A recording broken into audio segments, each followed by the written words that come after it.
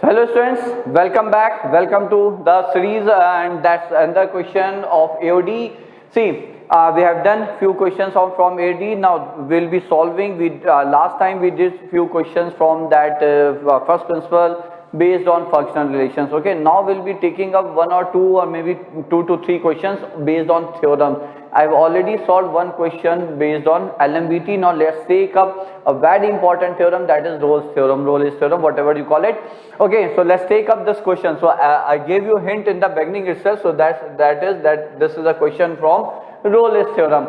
Okay, if anyone else have solved it using any other method, I will ask you to share it definitely with me with the help of comment box. Okay, so see, how will I start? So given is a function f of x which is a polynomial, okay, such that we are given f of 1 is 1, f of 2 is 4 and f of 3 is 9 bachcho. So that's what we are given here. So f of 1 is 1, so I think it should be visible. I'm rewriting it here. F of 1 is 1, f of 2 is 4 and f of 3 is 9 here. Now see, this in itself is a very important information how to interpret it, because you would have got, if you are practicing the questions regularly, you would have got such type of good questions from theory of equation also. How to interpret it? See, I will say that let there be a function g of x which is fx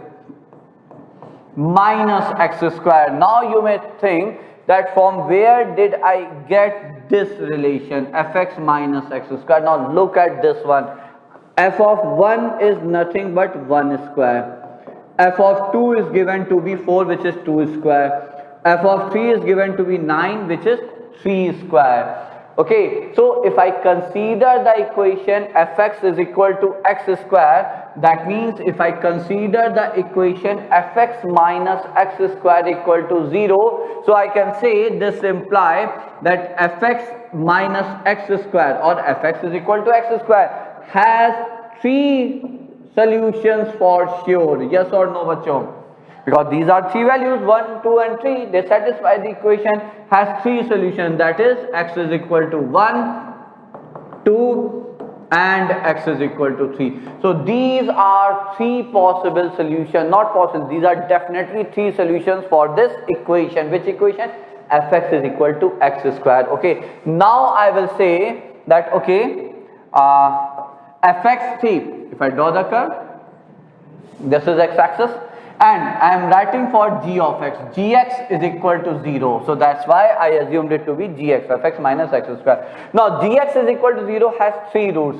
One is at x is equal to 1, x is equal to 2, x is equal to 3. So I am drawing a curve randomly, so don't take it that it's the exact representation, because we don't know the degree of polynomial f of x. Okay, so I will say, okay, so it may be something like this, it can be something other, but for sure the curve will cut the x-axis at 1, 2 and 3. So that means it need to take at least 2 turns, and at the turn the derivative is 0. So this implies g dash x is equal to 0 has at least 2 roots, bachcho. Has at least 2 roots in the interval 1, 2, 3. I think all of you will agree, because at every turn for every differentiable function, and since fx is a polynomial function, polynomial is always a differentiable function. Okay, so for every differentiable function to take a turn, at the turning point the derivative has to be 0, so it will take at least 2 turns. So at 2 points the derivative will be 0, so g dash x equal to 0 has at least 2 real roots. So this implies g dash x is f dash x minus 2x is equal to 0 has at least 2 roots in the interval 1, 2, 3. So I will say, okay, let the roots be c1 and c2, both belongs to the interval 1, 2, 3. Okay, now again, if I again try to draw the figure here, so this is c1, this is c2, and somewhere here should be 3, somewhere here is 1. Now I am drawing the figure for g dash x. So g dash x, why is it? So you have here, let's say and let's say you have another root here, C1 and C2, so that means again at least one turn for the curve of g dash x. Now at the turn the derivative has to be 0. So whose derivative? The derivative of g dash x. So that implies g double dash x equal to 0 has at least one root. So it has at least one root in the interval C1 to C2. All of you, bachon?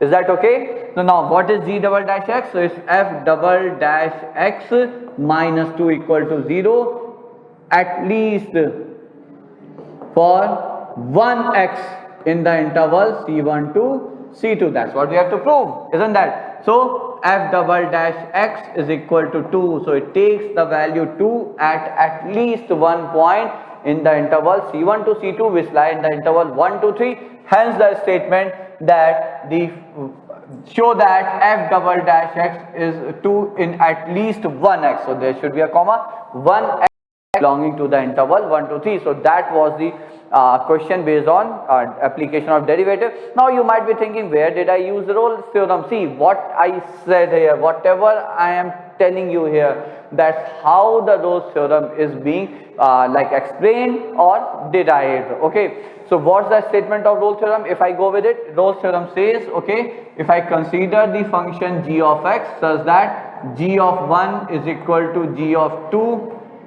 then there exists at least one solution of g dash x equal to 0 in the interval 1 to 2. Okay, that's what I'm saying, because g of 1 and g of 2 are equal, they are 0. There has to be one turning point, so at least one turn between 1 to 2 and at least one turn in the interval 2 to 3. So that's the question based on Rolle's theorem. Okay, but I tried to explain it with the help of the proper explanation which explains the Rolle's theorem itself, bachon.